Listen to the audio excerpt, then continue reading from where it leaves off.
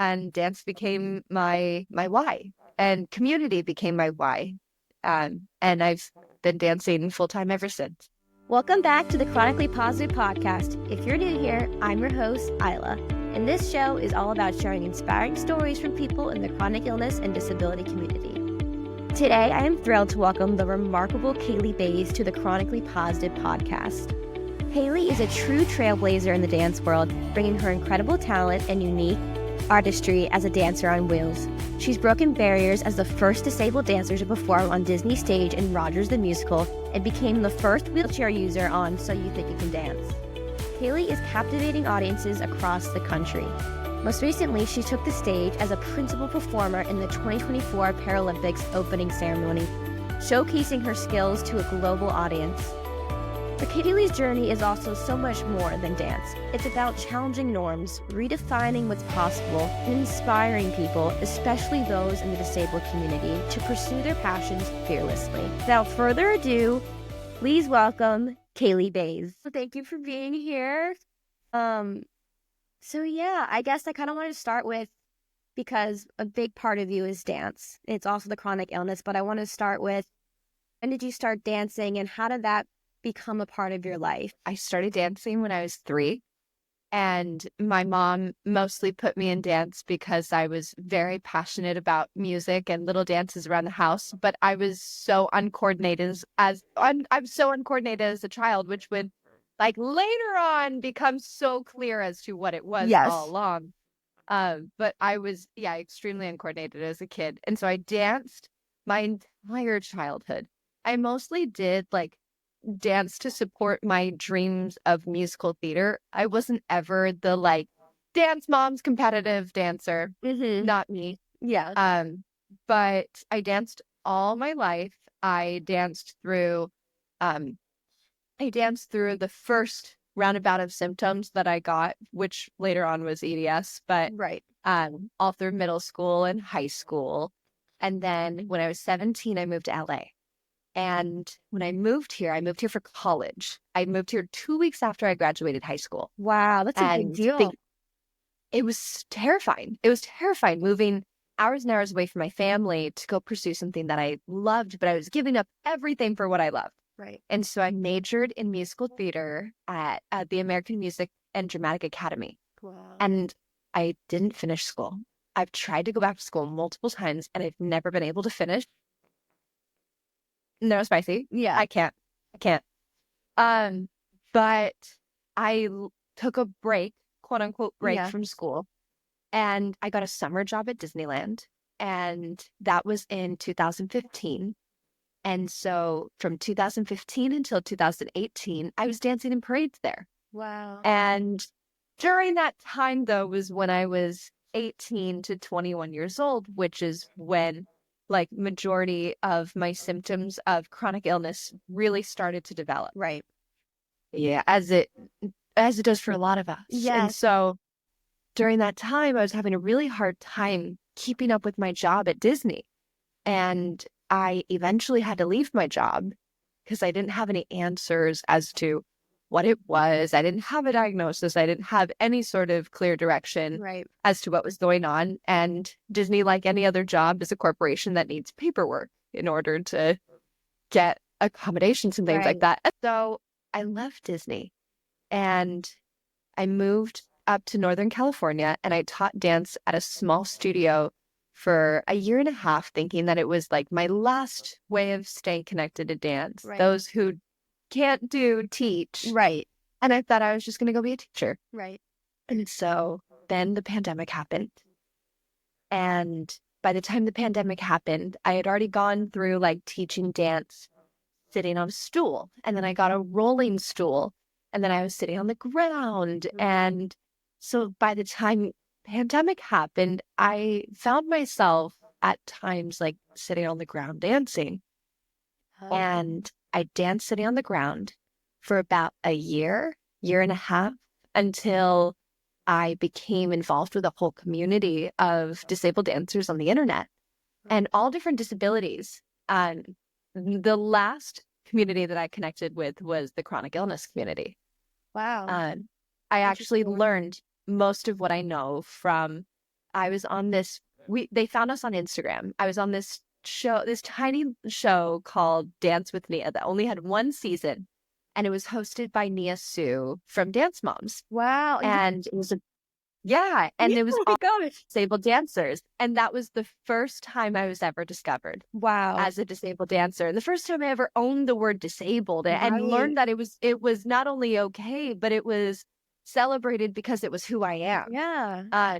So my best friends are all from that show. We all stayed Wow. connected throughout the years. And so my perspective on dance as a disabled dancer came from my best friend Dev, who's a blind dancer, my best friend my best friend Lark, who is a deaf dancer, and all of the other communities. And that's when I found a friend who was a wheelchair user who danced on the show. And she was from the chronic illness community, and she kind of gave me this push to like, hey, look, like, you know, you can honor your body by actually listening to what your doctors are suggesting and what others in your community are doing using a chair and using mobility aids, because I was so like afraid of it. Right. And like most of us are, we're taught to be afraid of it. It's hard to start. Yeah. Accepting that you need it. Absolutely. Yeah. And I had a really hard time with that in the beginning. So I had a loaner chair for a little bit. And in my second loaner chair, because it takes forever to get a wheelchair. In my second loaner chair, I went and took my first dance class on wheels after like practicing in my own house for about 6 months, figuring stuff out. Right. And I went to one dance class and that video went viral. And the next day I was asked to be a part of a flash mob and by the choreographer who taught that dance class. Wow. And he was like, I'm doing this flash mob and it's about body empowerment and taking on Victoria's Secret. And it's a popular TikToker. Do you want to come? I wondered what that was. I was like, ooh, yeah, sure. And it ended up being the flash mob for Victoria's Secret by Jack. And that changed my life. That's how I discovered you, actually. That's the first, and it was around the time that I had confirmed my EDS diagnosis. And I was like, this is the best thing I could have possibly have seen today. It was, truly incredible. That makes me so happy because it took me years to get to that place of joy. And I didn't even feel the same amount of joy then that I do now. And you wouldn't even know. It just seemed so natural. Like you were just glowing. It was incredible. So happy that you've been along the journey for that long because it's been quite a journey since then. Yeah. But yeah, the flash mob happened and then my life took off from then. And dance became my why. And community became my why. And I've been dancing full time ever since. That's amazing. I think one of the things I really wanted with this episode, I wanted to meet with you, is because I started with dance and my dream was to be on musical. It was to do musical theater. So all throughout elementary school, middle school, high school, I tried to dance. I eventually stopped taking dance classes in middle school because I was having dislocations and just pain. And my doctors were like, nothing is wrong with you, just dancing, basically. I was in tap, jazz, hip hop. I was really trying to be the trifecta, and I got a different trifecta. But if I had seen someone like you during that time, no way I would have stopped. I would have brought my mobility aids literally. I didn't go to college for musical theater because singing makes my heart rate like skyrocket. Like I can't sing anymore. And I'm sure with training, I could get to a place, but like it's completely discouraging. And I didn't have any answers for why I couldn't do certain things. So I just changed my path. But you didn't, and you're making it work and you're doing amazing things. And as someone, I just know as a little girl, like you or even a teen, and listening to you talk about this could totally change a person's like trajectory. Like thinking about, okay, I want to pursue musical theater, but I'm going through this. I just feel like there's always a way to adapt and make your dreams happen. And that's kind of like what I want to do with this whole podcast. And so I just felt a really strong connection with you because that was my story, growing up. And so anyways, I just wanted to share that. Because I think there will be a lot of people who listen to this and who already know who you are, that you have totally helped and them to just do it anyways, because there's always a way. The world isn't made for disabled people, but we're going to make it so it is. And but we make it work. But we make it, exactly. There's always a way to adapt. There's always a way to make it happen. So, yeah. Absolutely. I often in my classes say because a lot of my students come to me with, they want to become more comfortable with adapting movement so they can go into an in-person able-bodied class near them. Yeah. And so I teach on adapting, and a lot of them are afraid to adapt at first. A lot of times people feel like they need permission to make the movement their own. And I often say there's no wrong way to adapt. There are only 1,000 possibilities. I love that. You just got to pick one. I love that. Thank you for everything you said. Thank you. That's my why. Thank you for putting yourself out there. I mean, it's very powerful. So thank you. With all of that, how the heck are you doing all of it and staying, like, what is going on behind the scenes so you are able to make sure you are not falling apart and taking care of you and your support team? What does all that look like? There's a lot I want to say about this. I want to say that although things may look a certain way on social media, behind the scenes, I am still a disabled human trying to make sure my bills are paid. Yeah. I right now don't have insurance because my insurance is still processing and I rely on Medicare. Because I don't make enough money to have anything but Medicare. And I am dependent on the government, which is a scary time right now. I have a hard time balancing everything. Right now, with the way that the industry is, before recent times, you didn't see our community represented in these spaces that I'm in right now. Or you saw the beginning stages of our representation. You saw the trailblazers who came in and made it possible even for me to come in. Right. Trailblazers like Ati Angel and Chelsea Hill here in LA, who would go into these dance classes as dancers on wheels, as proudly disabled, embracing disabled joy in every ounce of their beings. People existed in these spaces before I. And so now, with the responsibility of coming into this space now, with this movement that the industry is taking on right now, where we want authentic representation, right now we have the opportunity to fight for it more than ever. And so I will fight and I will push myself and I will say yes to everything under the sun, because I just want to fight so badly for my community.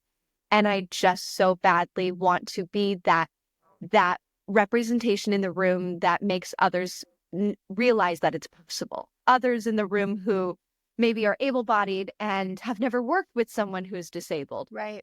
We have to change people's minds, and we have the opportunity to do that right now. But that comes at a huge sacrifice, where I don't have a schedule right now that is Spoonie friendly, right, in any way, shape, or form. I don't have the flexibility to just take a day off and rest. And today, apart from teaching 2 classes, which is like, oh, that's rest to me because I'm not leaving the house. That's not really rest. Right. Today is the first day that I don't have to leave the house in weeks. Wow. I am having a hard time behind the scenes, especially right now where I'm constantly battling flare-ups. But I have the most incredible people behind me. I have the most incredible friends. And my friends have like fallen into my life over the past couple years And I lost a lot of friends when I did become disabled, including my best friend. And it happens to so many of us. But as time goes on and you find your people, your circle starts to become a little smaller and it becomes more secure. And my circle takes care of me. My community takes care of me. My students will even reach out to me and remind me to drink water every once in a while, just out of love. And I wouldn't be able to do it if I didn't have them. If I didn't have like friends who are like, hey, I'll come over and I'll come walk your dog for you. So that way, when you get home from this job, you can just go lay down in bed. Wow. If it weren't for my circle, I would not be able to make it right now. And if it weren't for the team that I have where like my manager, I don't have to worry about advocating for accessibility on a job because my manager, my team takes care of that for me. That's so, is such it a relief. always there? No, it's such a relief. It's possible and it's out there. And I mean, are all of those needs met when I get to set sometimes or when I get to jobs? Oh, in any way, shape, or form. I've been sometimes on sets and I didn't even have an accessible bathroom. Wow. Oh, no. And it's up like 5 steps. The problem. So it's a little bit of a problem, but it's because we have yet to have someone from our community in these spaces. So we've got to be the ones to rip off the Band-Aid, which also means I don't get to just come into most spaces and just be a dancer.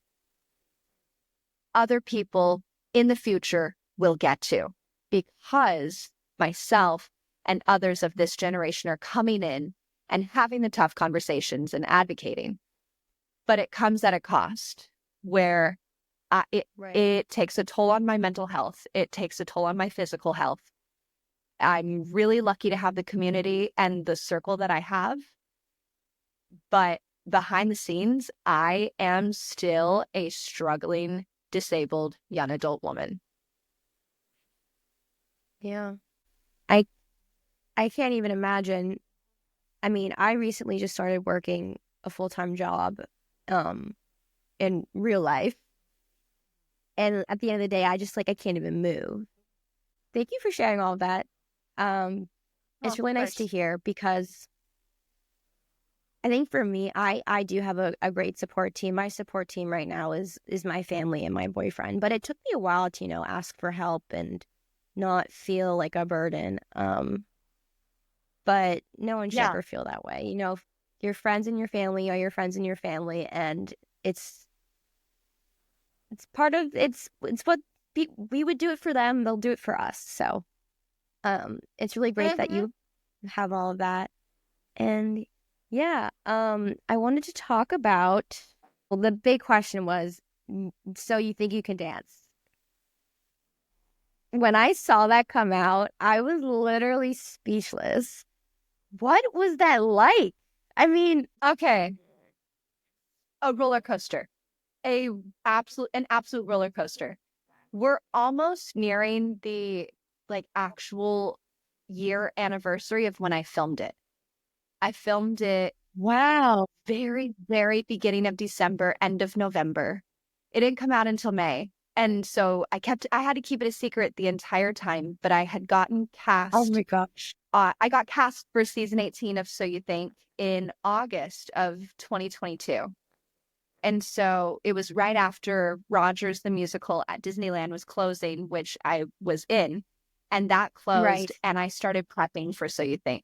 And so from August through November, I was conditioning constantly and working with anybody that I could who could make conditioning and fitness accessible for me.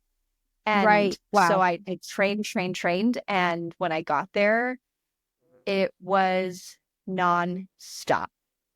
It was one of the hardest things I've ever done, mentally and physically. I would have been flat on the floor. That is, I can't even imagine how exhausted.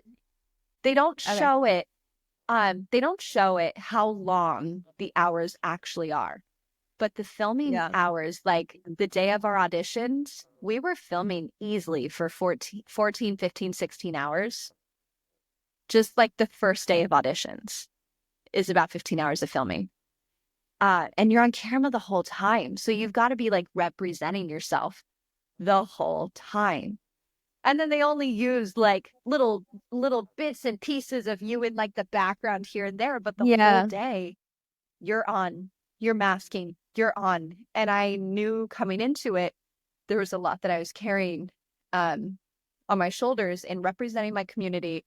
And I wanted to authentically and the right way and true to myself. Right. I was mostly really nervous about making sure I said everything right and represented the chronic illness community in a way that everyone amongst the chronic illness spectrum could relate to in some way, shape, or form. Right. But I definitely knew it was going to be slightly controversial because I chose to stand up out of my chair on the show.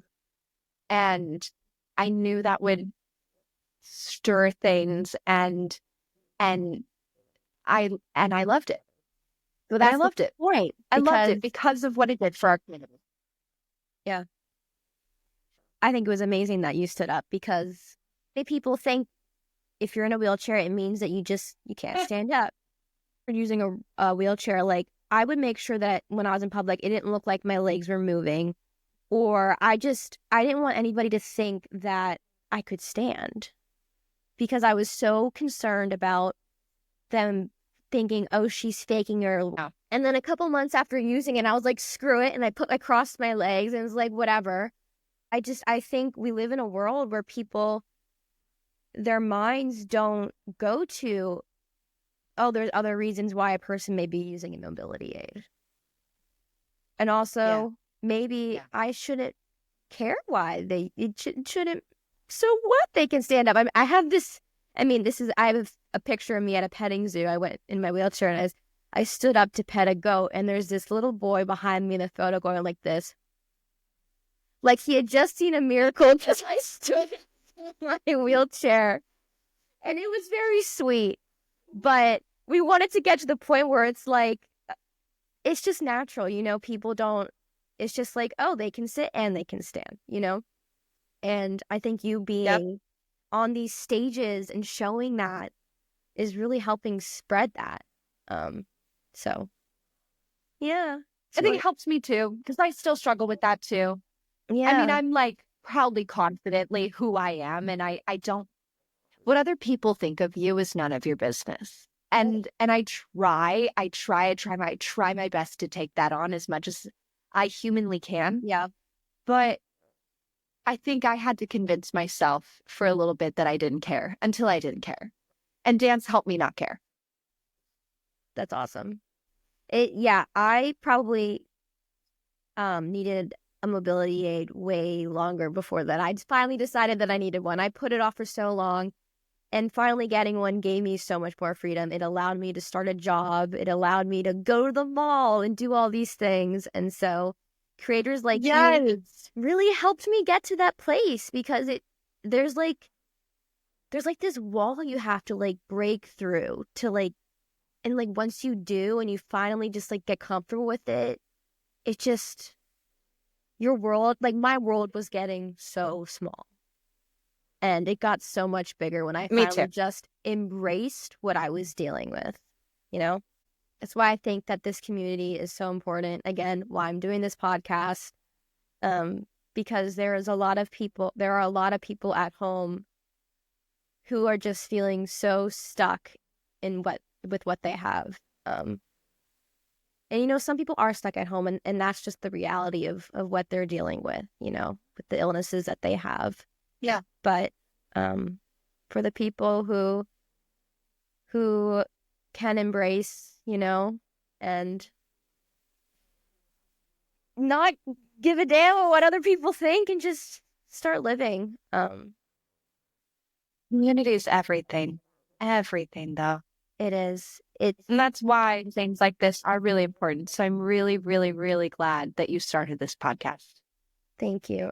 What's next for you? Like, what are you working on? If you're allowed to share it. What It's is a secret, don't worry. Um, You know some things can be okay. secret.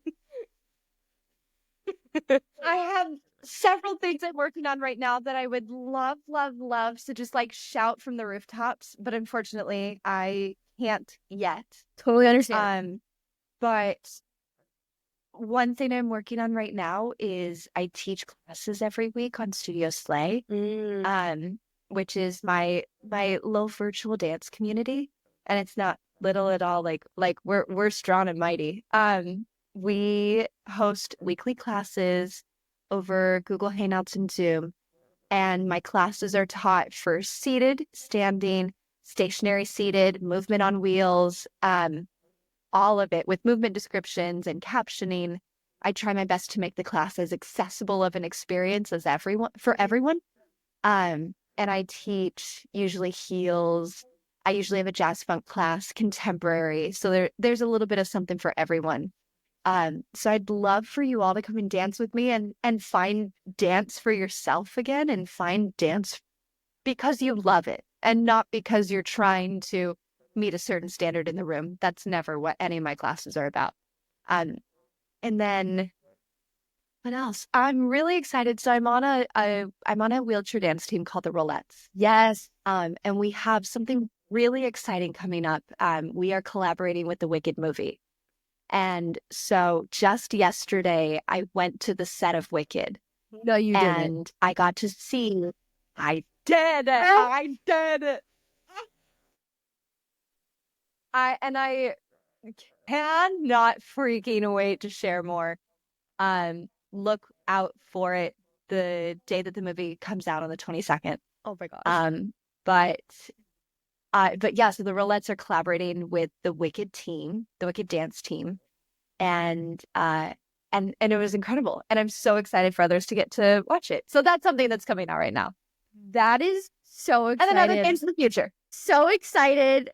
Oh my gosh, that is amazing. I'm so excited for you. And I totally want to go to one of your classes, one of your virtual classes. I have not danced. I couldn't even tell you how long it's been. So I I'm 100% yes, because I've been conditioning, and like, because before, like, I couldn't, my POTS is really the thing that right now keeps me from dancing.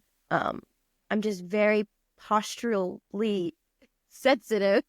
Like, raising my arms, is hard. So when I teach my spoonies with POTS, I adapt all the movement so that way it's never over your head. It's never over your shoulders. All of the movement stays below your shoulders.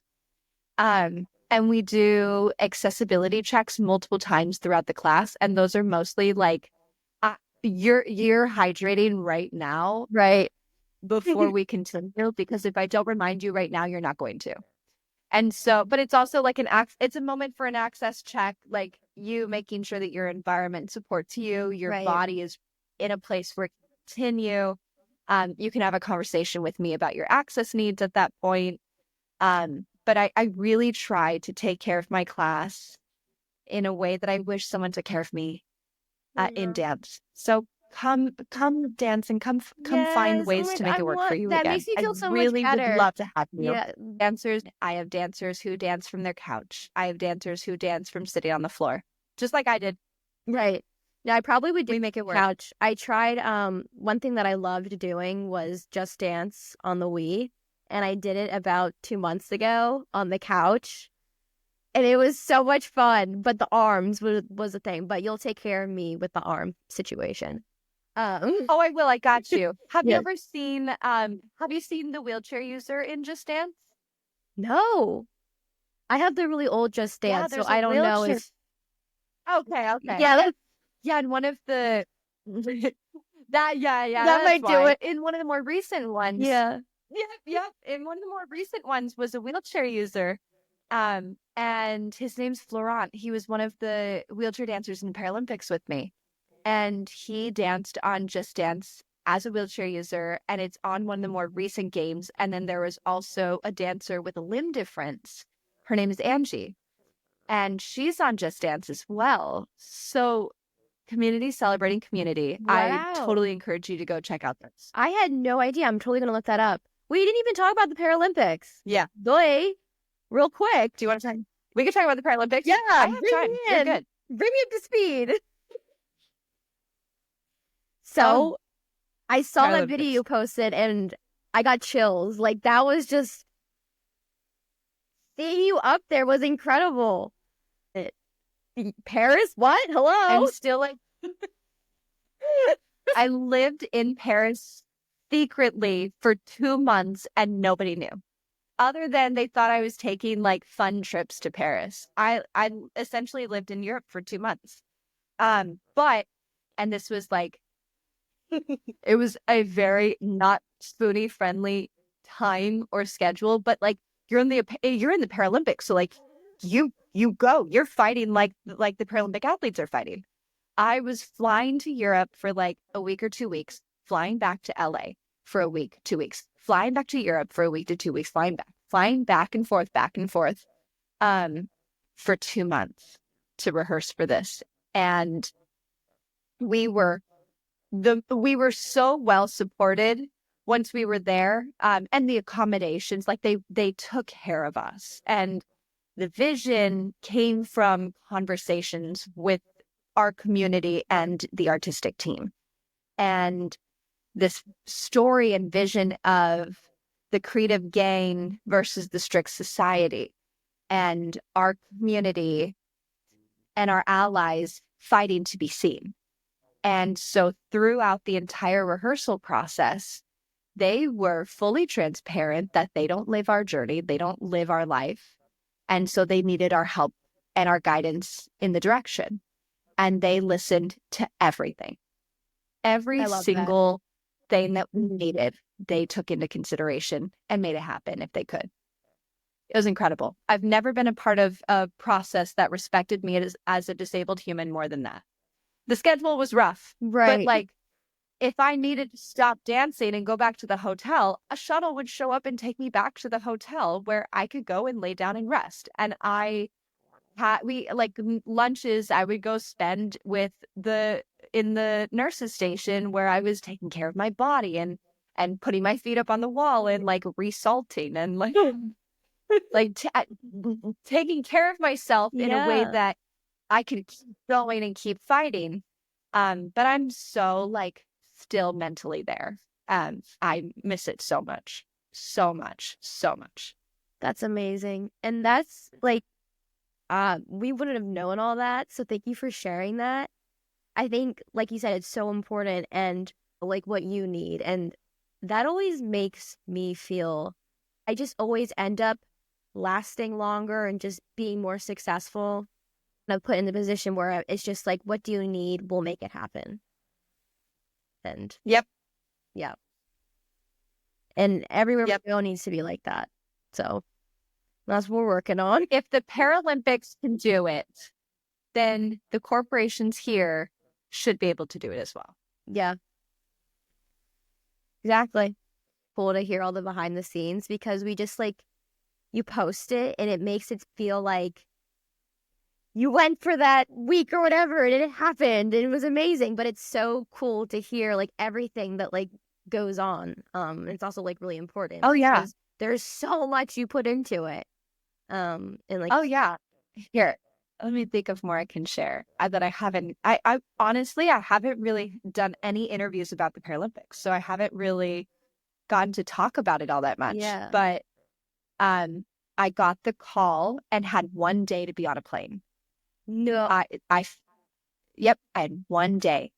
I got the call and they said, can you be on a plane tomorrow? And I got on a plane and I had to buy a suitcase. Thank goodness I had a passport. And the next day I was landing in France and I'd never been out of the country. This was my first time. And it was a lot of paperwork, and a lot of stress in 1 day. But they really took care of us. I landed and I immediately went into rehearsal. They had already been rehearsing. I was brought on later on.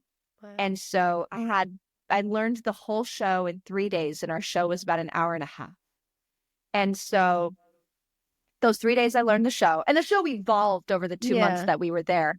But we pretty much finished the first version of the whole hour-and-a-half show in 1 week. That's insane. With everybody coming all together. Yeah. Wow. Other people had been rehearsing at different times, things like that, apart from like a few of us. But the whole vision came together in 1 week. And then we just got to like elevate it and perfect it for the following months. The stage was so big, I could not even see a single face in the audience. Oh my God. But the faces that I could see were the Paralympic athletes who were sitting in the very, very, very front. That's awesome. And I'll never forget that feeling. I freaking love our community. I freaking love us. And the conversations that have come from this have been incredible. And LA has some really big shoes to fill. Really big shoes to fill. I bet. We don't have an Eiffel Tower. We don't have anything. Oh my gosh. Did you travel alone? Sorry. Each trip I traveled with Chelsea.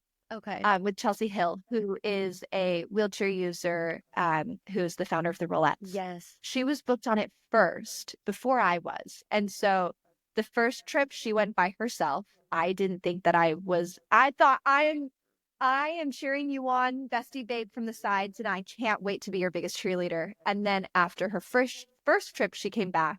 And that was when they said, we need more wheelchair users. And that was when I got brought on. Wow. And so then each time I traveled with Chelsea, but it was just the two of us. Yeah. It was literally just like us wheelie girls, like going to the Air France lounge and sipping wine and eating way too much cheese and chocolate and way too many eggs. But the quality of food in France is so good. It was good. I was eating whatever I wanted to eat, and I wasn't getting bloated. I was feeling great. That's been a hard adjustment coming back for my stomach. Oh, I'm sure. For 2 months. Oh, sure.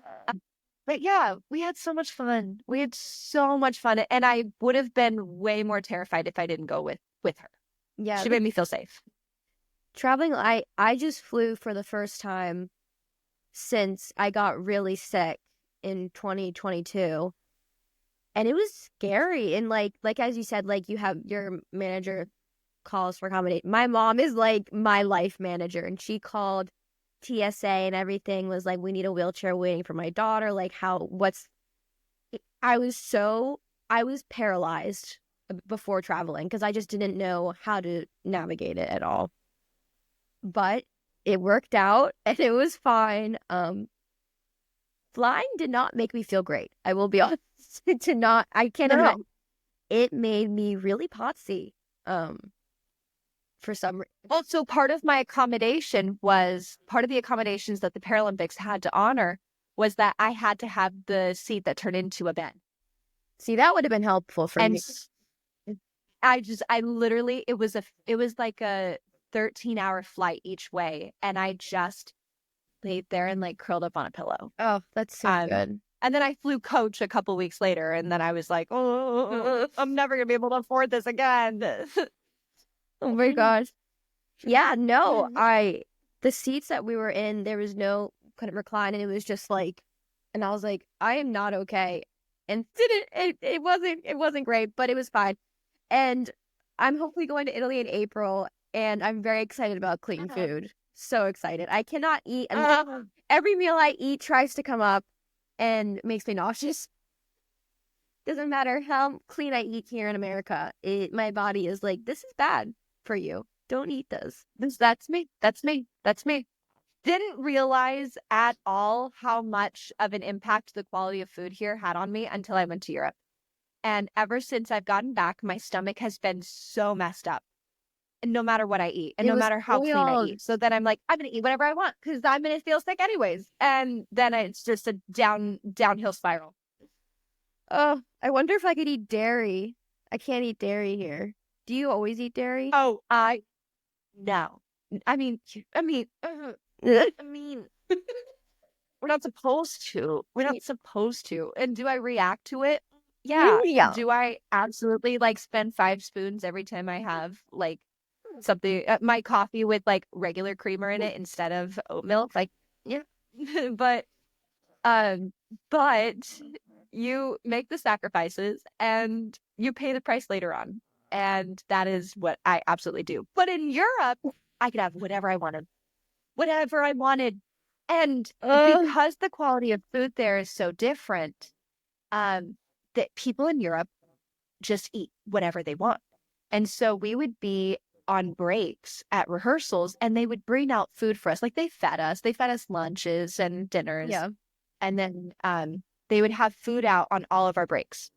And I noticed that at every single break/meal, there was always huge tables of desserts. Oh. Like massive amounts of desserts. And I'm in a room with like the best working dancers in France.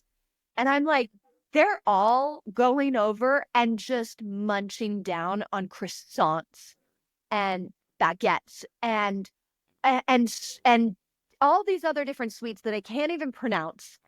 And maybe they'll have a banana, maybe they'll have an apple, but they'll eat healthy at lunch. Yeah. And I was watching them thinking like, oh my gosh, back at home, like I work on so many jobs with other dancers here. That would never happen. There would be a lot of conversations of like, why are they putting this food out here? There would be the conversations of like, my body this, my body that. I don't want to eat sweets because because we're all so like hyper aware of what our bodies look like and the thought that we have of how food is going to affect our bodies and how we're perceived. And so I asked my friend out there one day who is from Europe, and I asked her, I said, do people always eat this many sweets, like on a regular basis here? Yeah. Every day? Do you guys eat sweets every day? And she was like, well, yeah, of course. But she's been to the US, so she knows. She goes, it's because diet culture is not a thing here. It doesn't need to be. We just eat. And that right there, it's haunted me ever since. You eat for pleasure there. Yeah. You eat for pleasure there and you eat whatever you want to eat and you're celebrated as you. And no one's going to judge you. No. And if you have a restricted diet there, there's not shame in it. Like, not very many people over there have restrictive diets because the quality of food is so much better there. There aren't as many sensitivities there, but even people who have sensitivities, like I didn't personally experience a lot of the pushback that I get like when I'm here. Right. And there's pushback here. Now, does everybody there drink oat milk in their lattes? No. Sometimes you might be looked at like you're a little silly if you go places in France and ask for oat milk in your latte. But yeah, it was just, I learned so much. I learned so much about my own relationship with food and my own relationship with exercise and dance and how distorted it is because I still put myself in a place where I'm trying to be like all of the other able bodies around me. And sometimes I forget to honor the fact that I'm disabled. I can't relate to that anymore. That is like me all the time. It's not good. But it's hard. It's not, because there was a time in our lives where we weren't as disabled as we are now. And I always have the same, like, I didn't used to be like this. Why can't I just go back to the way that it was? But it's grief. It's grief. It's grief. Yeah. It's not linear, and the grief never ends. Yeah. Yeah, some days I'm just like so positive and I'm like, I'm killing it. I don't care what I have. And some days I'm like, why is life like this? Why me? It's like, it's so back and forth. To be fully transparent, I had a breakdown last night, because lately I have been feeling the effects of not slowing down. And my girlfriend, my mom, my family, they are all extremely concerned about me right now and want me to slow down. Right. Because I'm not taking care of myself. And not last night, but the night before, I had one of the worst POTS flares I have ever had. Oh, And no. I was like fainting, puking all night. After doing a photo shoot where I pushed myself too hard after a whole week that I pushed myself too hard. And I had a whole breakdown yesterday where I just, for the first time in a while, I had a release and I cried. And I cried because I am still grieving my own losses. Yeah. And there are a lot of days where I am like, don't give a crap what anybody thinks. I am who I am. That is it. And I am going to be me and me only. And then there are other days where I just hate myself. And I hate the body that I'm in.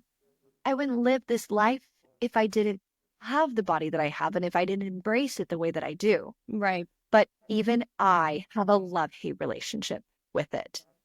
But I'm so lucky to have a body that keeps me going. Even if she's barely trekking along. Right. She's still going. Yeah. Wow. I think everyone needed to hear that because I do think that,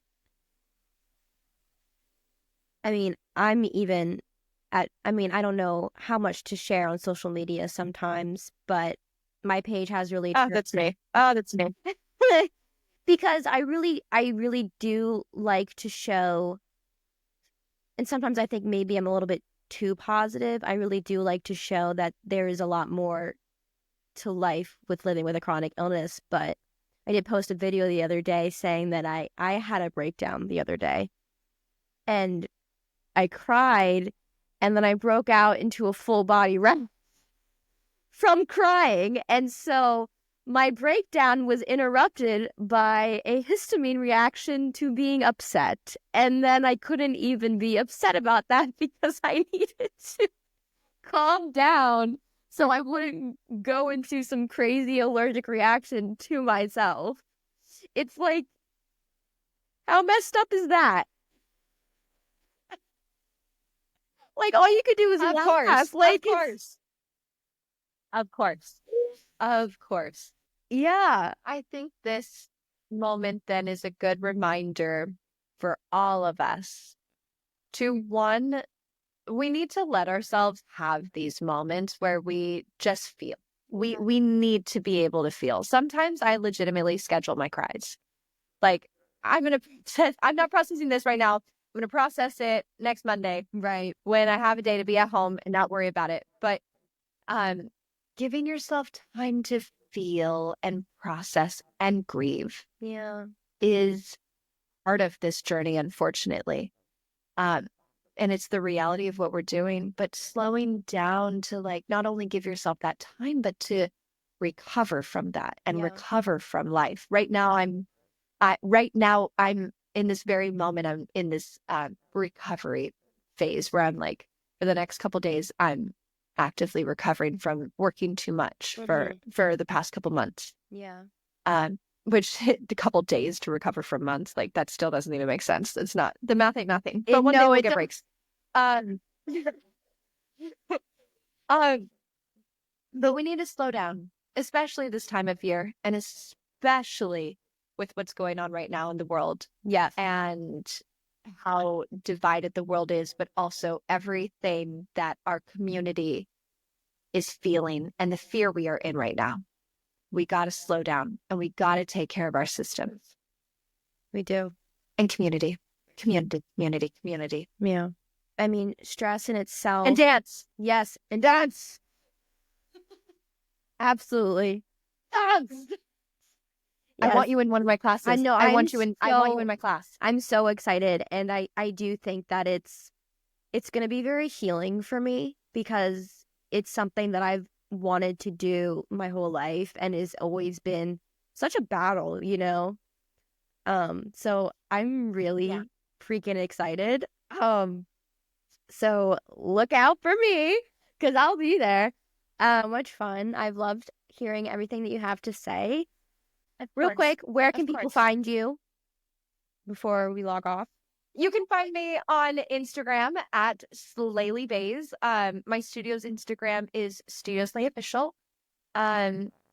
TikTok is Kaylee Bays. You can usually find me rolling around LA on all sorts of random projects on different days, but you'll usually find me dancing. Amazing.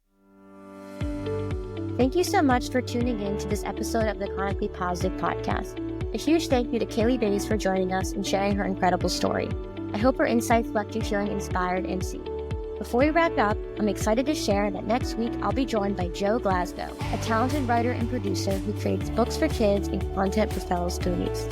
We'll talk about his creative process, how he uses storytelling to connect with others, and the impact his work has had on the chronic illness community. It's going to be a great conversation. You won't want to miss it. If you enjoyed this episode, be sure to subscribe, follow, and leave a review, and share it with someone who might need a little positivity today. And don't forget to follow me on Instagram at Chronically Positive Pod. Until next time, stay resilient, stay creative, and remember, your journey matters.